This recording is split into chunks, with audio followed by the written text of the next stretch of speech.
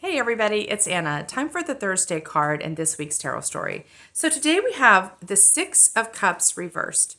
I connect the number 6 to feeling in harmony and in balance, and cups are connected to the intuition. They're about listening to your heart, connecting with others, and feeling emotionally fulfilled. So the image here shows two children sharing cups of flowers together, and I often connect this card to a feeling of innocence. Innocence meaning we are coming to the world with new eyes every day, right? Innocence is not the same as naivete. Naivete means you believe good things are going to happen because you have no other experience to tell you otherwise, right? But innocence is a choice you make to let go of the past and come alive to what the current magic in front of you. So your heart is unguarded, your heart is free to connect with others. And that's what we see here, this connection of the heart, right? We also have an adult leaving the scene, which I think connects to jadedness. Like let go of the old stories or being careful or being wise. Just let your heart be innocent. So this card came to us reversed. And that suggests to me that we are avoiding or blocking this experience of innocence. And this is likely because jadedness hasn't left the building, right? Like the mind is telling us old stories of what has happened and also what could happen, right? So we're guarding ourselves. We're not letting ourselves sink into the moment because of what has happened, what could happen, because of unresolved stuff. Not just unresolved pain, but like the fear of not being able to solve it if it happens again.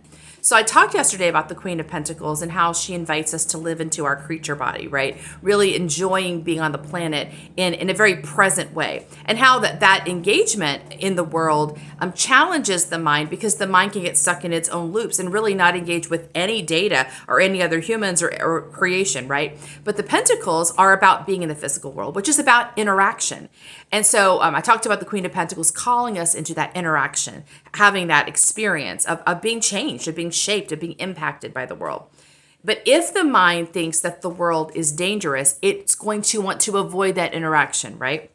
It's going to say you're better off staying in your room. You're better off, keeping it small. You're better off not reaching out because I remember what happened before and I haven't resolved that yet, or I'm afraid it might happen again. So I don't want that to happen. So I think that there's something to look at. Why is the mind guarding? And also the mind never stops this. Like the mind doesn't spontaneously go, oh, I'm done guarding, right? We have to train the mind to change it. The mind lives in patterns that it doesn't change on its own. The mind changes its patterns because we, as the soul, and also with the conversation of the intuition, we help the mind understand that it's not serving our agenda any longer. So this lack of innocence keeps us safe. That's at least the theory in the mind. Is that our agenda? Do we want to be safe? If you want to be safe, then there's no reason to challenge the mind here. There's no reason to increase your interaction in the world. There's no reason to increase the flow of your creativity because you're not here to create things. You're here to be safe. But if the agenda of your intuition is not to be safe, but to do something else, then your mind needs to be told that. It needs to be told that not only are we not trying to be safe, but also, so you want the mind to respond to the intuition's guidance, which is the intuition's here to do something.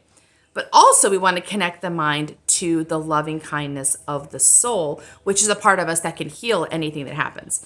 Because once the mind has the combination of the intuition's genius sort of inspiring it and the soul being able to take care of it, now the mind can change its patterns. It can walk into things that it previously would never have walked into with faith because it knows it's got partners that have its back and that even if the worst thing happens and it gets hurt again, all is well because we know how to navigate forward.